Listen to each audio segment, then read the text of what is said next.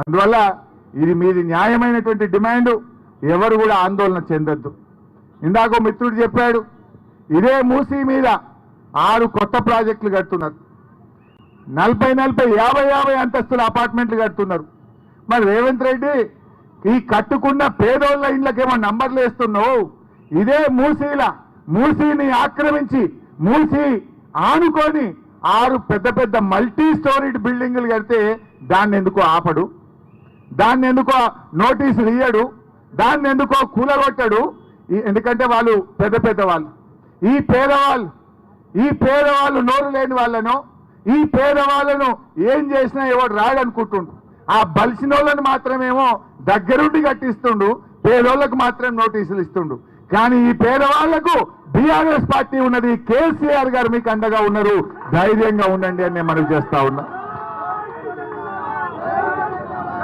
ఇలా మూసీ ప్రాజెక్టు నీకు అంతగా చేయాలంటే విత్ ఇన్ ద ప్రాజెక్ట్ చేయి.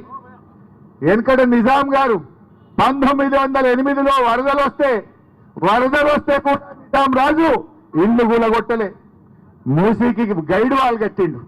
గైడ్ వాల్ కట్టి వరద బయటకు రాకుండా ఆలోచన చేసిండు మూసీ రాజు, ఆనాడి నిజాం రాజు. కానీ రేవంత్ రెడ్డి ఇవాళ నిజాంకు మించి ఒక హిట్లర్ లాగా వ్యవహరిస్తున్నాడు, పేదోళ్ళని నిద్ర లేకుండా చేస్తా ఉన్నాడు. అందువల్ల మీరెవ్వరు కూడా ఆందోళన చెందొద్దు, తప్పకుండా మేము కంటిన్యూ చేస్తాం. మిగతా కాలనీ వాళ్ళు కూడా వచ్చి చాలా మేము మాట్లాడాలని మా దగ్గరికి రండని ఎంతో మంది వచ్చి ఇక్కడ మా స్లిప్పులు కూడా పంపారు. అంతటికి రాలేకపోయినా డెఫినెట్గా ఎమ్మెల్యేలుగా విడిపోయి మీ కాలనీలకు వచ్చి ఎక్కడ సమస్య వచ్చినా మీకు అండగా నిలబడతాం. నిన్న మీకు చెప్పినట్టుగా మా legal cell, BRS party legal cell Telangana భవన్లో కూర్చొని ఉంటుంది. ఎందుకంటే మీరు చూసిండ్రు, రేవంత్ రెడ్డి తమ్ముడు ఆయనకు నోటీస్ ఇచ్చిండ్రు, 1 రోజులు నోటీస్ ఇచ్చిండ్రు. ఆ కాలనీకి 1 రోజులు నోటీస్ ఇస్తే కోర్టుకు పోయి మెల్లగా స్టే తెచ్చుకో అన్నట్టు. ఆయన పోయిండు, కోర్టులో కేసు వేస్తే గవర్నమెంట్ ప్లీడర్ జీపీవై ఏం చెప్పిండంటే, మేము ఇప్పుడే కూలగొట్టాం, మేమంతా సర్వే చేస్తాం, ఎఫ్టీఎల్ నిర్ధారణ చేస్తాం, అప్పటి కూలగొట్టమని ప్రభుత్వ ప్లీడరే పోయి హైకోర్టులో అఫిడవిట్ వేసిండు. అంటే ఈ తమ్ముడికి బలిసిన వాళ్ళకు ఒక న్యాయం, ఈ పేదోళ్ళకు మాత్రం నోటీస్ లేదట, ఈ పేదోళ్లకు కనీసం అడగరట.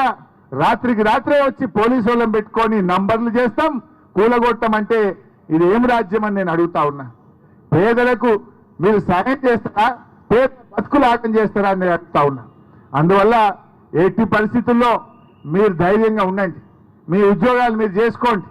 మీకేమన్నా చిన్న ఇబ్బంది వచ్చినా డైరెక్ట్గా తెలంగాణ భవన్కు రండి, మా తలుపులు తెరిచే ఉంటాయి. అది ప్రజాభవన్, తెలంగాణ ప్రజల కోసం కట్టిన భవన్, తెలంగాణ భవన్. మీరెవరైనా రావచ్చు, అర్ధరాత్రి వచ్చినా మీకు ఆశ్రయం ఇస్తాం, మాట్లాడతాం, లీగల్ సపోర్ట్ చేస్తాం, ప్రత్యక్షంగా కూడా వచ్చి మీకు అండగా నిలబడతాం.